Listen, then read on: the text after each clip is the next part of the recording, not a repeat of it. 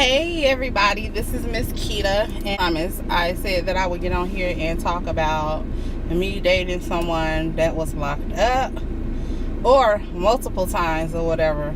So I'm gonna try to make it as short and sweet as possible, and hopefully this will help somebody out. If not, then So I'm gonna go on to this one, and I think that it's so important or whatever. And I'm not saying that this happens with everybody, obviously.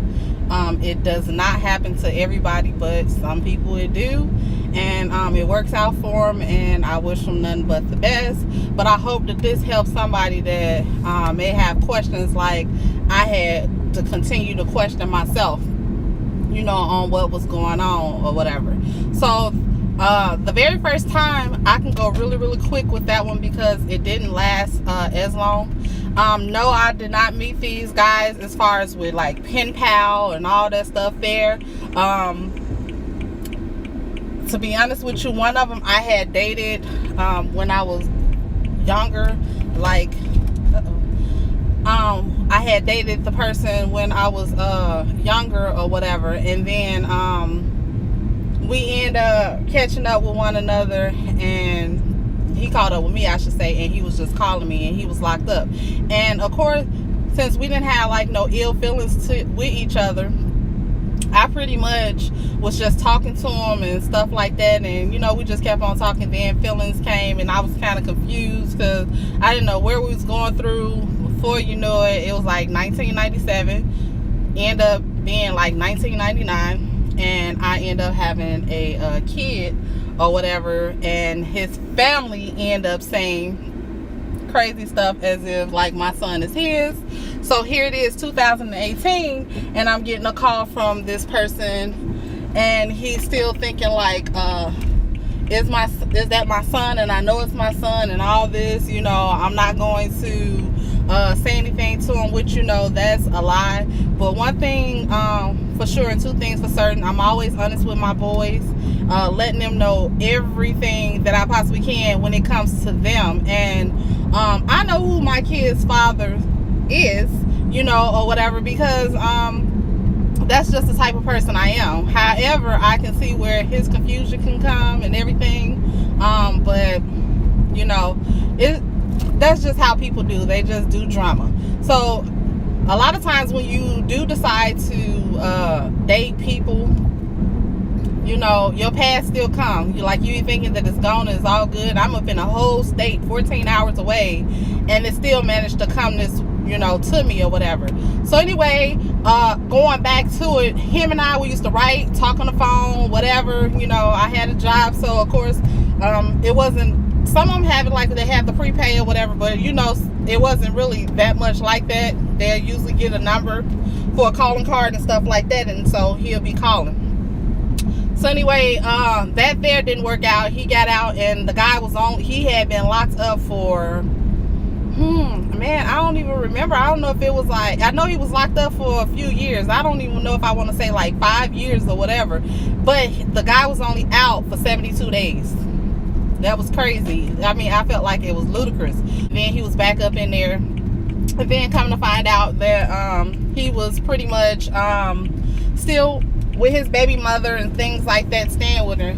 And of course I didn't know. I mean, you just don't know. You get yourself, people are lying if they be like, oh my gosh, you're not going to get attached to a person if they're not. It's like out of sight, out of mind. If you're talking to this person every day and y'all talking about everything, I mean everything, your most deep, intimate moments or whatever, it's things that you wouldn't even tell people, you're gonna catch feelings for that person or whatever. So of course I caught feelings for him, same thing with him, but then he's trying to make it work with his baby mama. And not only that, when guys are locked up, so that means that they can be juggling around 10-15 women or whatever, telling the same thing. I want to be in a relationship with you. When I get out, I want to get married. I'm a change man, this and that. You go with it like you cool. At this time I was only like I was 19, so yeah, that went from 19 all the way inside. I had turned like, it was 22, 23, turning 23.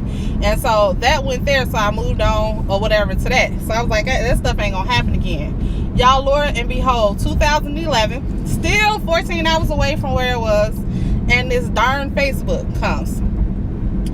although I had a Facebook page, I wasn't on it. You know, I was like up on other stuff, you know, like there. So going into that is like 2008, I was up on my MySpace. Oh my gosh, telling my age, this is crazy.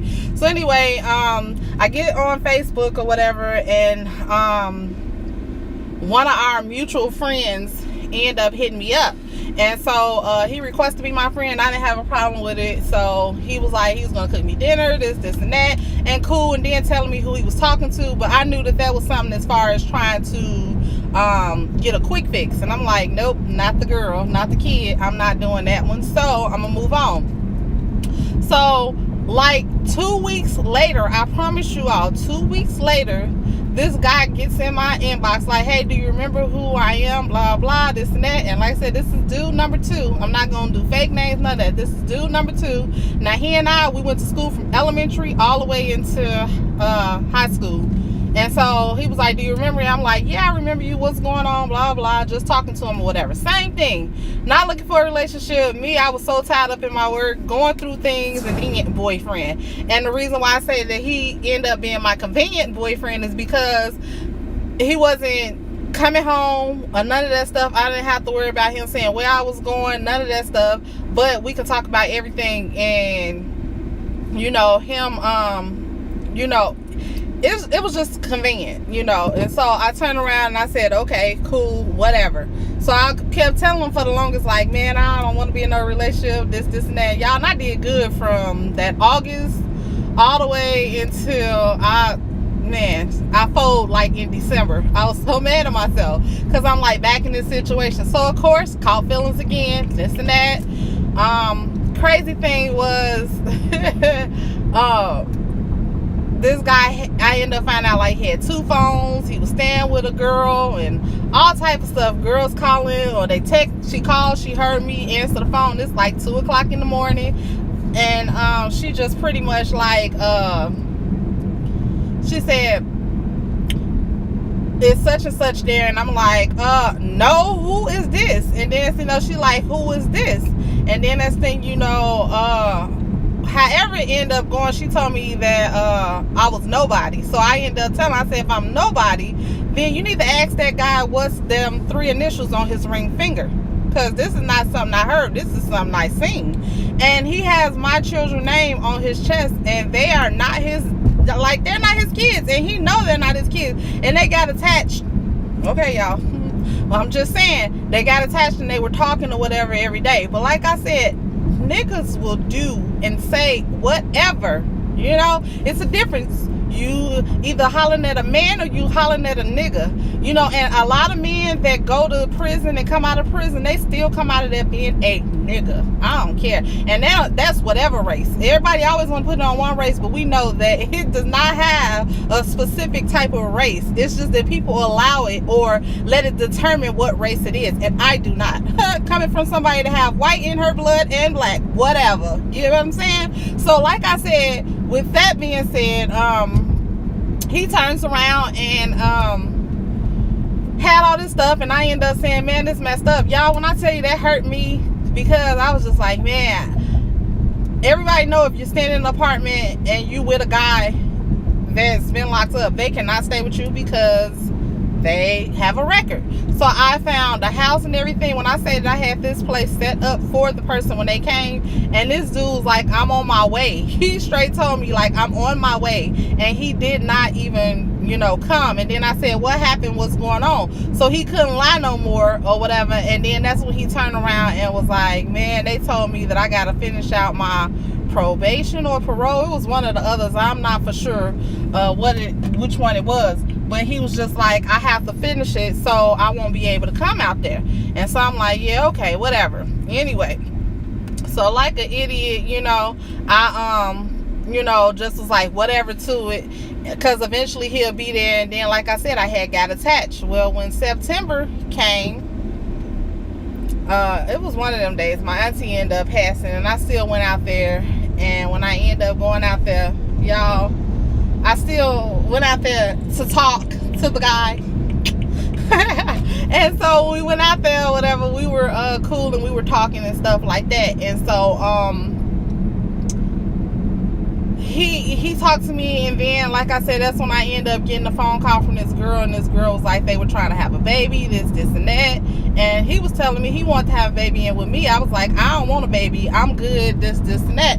So he got mad at me because I was saying, like, I didn't want no baby. He thought that it was him, but me, I was just like, I didn't want the multiple baby dads, I didn't want all this stuff, you know. So I was just like, screw it. So he turns around and he I just said F it, you know. I just end up like, don't call me no more and all this. Once that girl ended up calling, because this was the second time and it was the same girl, you know, and she was like, I'm hurt, I need to go take me an HIV test. I mean, it was just so much drama to where I was just stressed out. And I'm like, I don't feel like women or men should stress out over a guy or a girl, you know what I'm saying? Like, either that person makes you happy or they don't make you happy, and if they don't make you happy, you need to let them go. So that was my decision, to let that person go and move on. I did just that. So y'all, let me see, that was from 2011 all the way until, like, man, I want to say into 2014, a little bit over 2014, because it lasts like for like three and a half years, something like that, to where I was just talking to him and end up in the so-called prison relationship. It was just so stupid, you know. And so the third time, let me tell y'all, stay the heck away from these doggone website, these dating apps or whatever.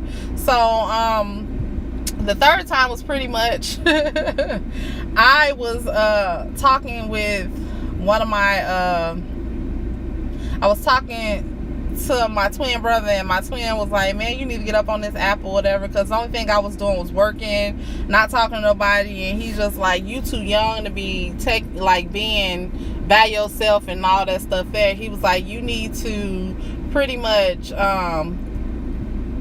get to know somebody for yourself and all this stuff there. So I get up on there and I'm just messing around. I'm like, man, this ain't gonna last, because to show you, I only stayed up on that thing maybe about 3 weeks. So this one guy, he was so persistent. I had met was talking to a lot of guys on there, and I was too scared to meet anybody. So everybody that tried to come my way talking to me, I was like, nope.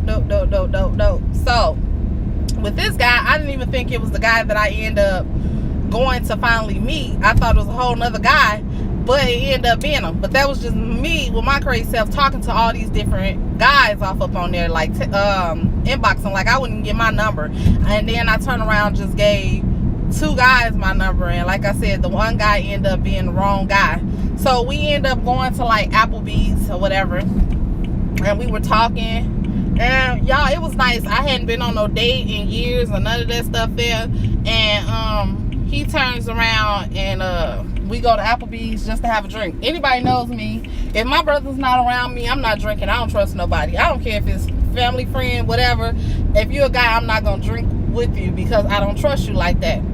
So I turn around and I talk to him, and he was just up there talking, and I'm talking about my life, and he's talking about his and things like that. And then all of a sudden he looked at me funny.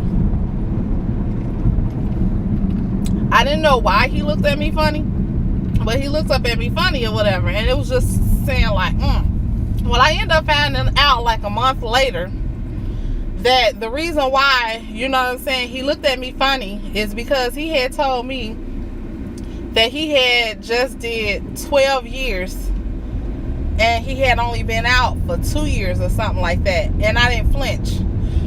Well, y'all, the secret is, in my left ear, I can't hear hardly Sugar Honey Iced Tea. So if somebody talking and you got clinking and music and TVs and all this whatever just going on up in a restaurant / bar or whatever, I'm not gonna really hear it. So that's why I didn't know what he said, because had I heard it, 2 was enough for me, you know what I'm saying? So the third time I would have just ran out. But at that time I'll just say, and I guess that'll be another story time, my head had already been twisted, okay? So I didn't want to let that thing go. So I was like, well, maybe he changed or whatever, and he's a good guy, so I'm not gonna even really, I'm not gonna stop talking to him or whatever. I continue to talk to him.